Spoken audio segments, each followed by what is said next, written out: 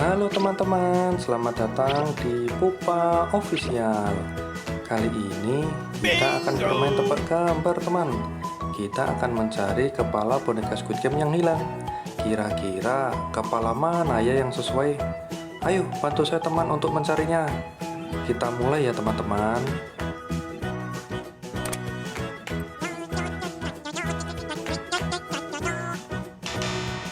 Wah, yang ini masih belum tepat teman.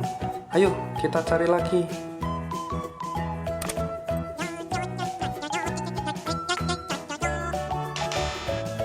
Wah, yang ini juga masih belum tepat teman.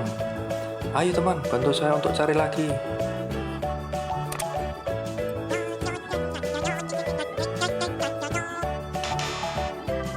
Wah, yang ini juga masih belum tepat teman.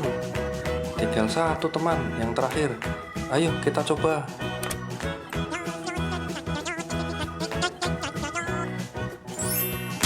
Wah, ternyata ini adalah kepalanya yang sesuai teman.